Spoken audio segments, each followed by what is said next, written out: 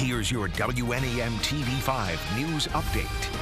Good evening, everyone. I'm Chet Davis, and here's a look at the top stories we're following tonight. A Sanford man will spend the next several years in prison for committing sex crimes against children. The Midland County prosecutor says Bradley Maxson was sentenced for aggravated possession of child sexually abusive material and the use of a computer to commit the crimes. Maxson was also sentenced in 3 related cases. The prosecutor says state police found child porn on devices in Maxson's home, and further investigation revealed Midland County women and children who had been recorded on camera in intimate situations without their knowledge.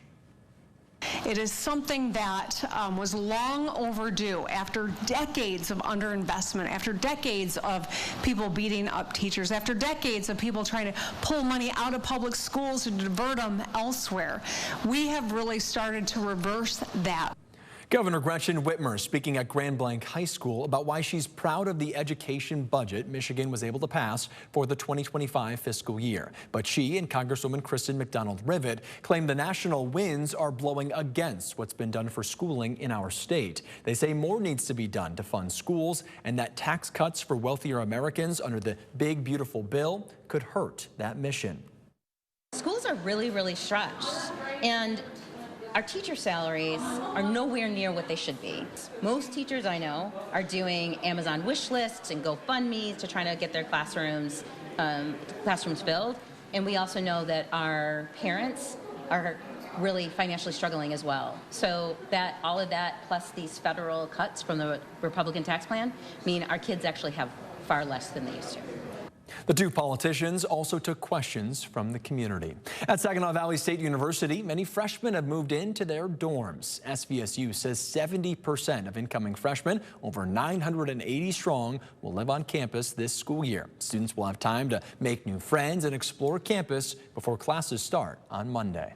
I'm looking forward to meeting more people, getting out of my comfort zone, living on my own, being independent, and just getting the whole college experience by myself. I'm really excited. More students will move into their dorms on Friday and Saturday. SVSU says in all, more than 2,500 students live on campus. Now here's Chris with your First Alert forecast. Jet temperatures tonight are headed towards the 50s and 60s. Looks like a pretty pleasant night. It does appear that clouds will still be stubborn in some of our eastern and southern areas, but that should get a little bit better tomorrow. Temperatures are likely going to be near 80 for some of our warmest spots tomorrow afternoon, still in the 70s for some of our cooler regions. Speaking of cooler, August 28th through September 3rd looks to be fairly cool for us, at least compared to average. We're not expecting necessarily true fall temperatures, but likely a change of pace from where we have been a lot of days recently. Probably more 60s and 70s during that stretch compared to the 80s to near 90 that we've had a lot of days this summer. Your sky tracker shows we've got cloud cover still holding on in the thumb, but it has improved a little bit this evening.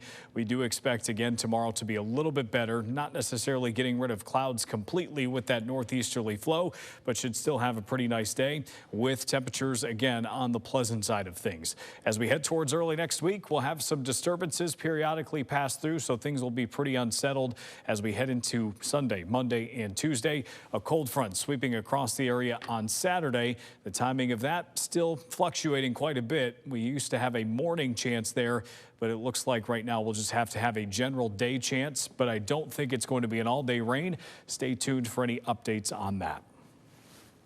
Remember to tune into WNEM TV5 on air and online 24/7 for the latest news, weather, and information.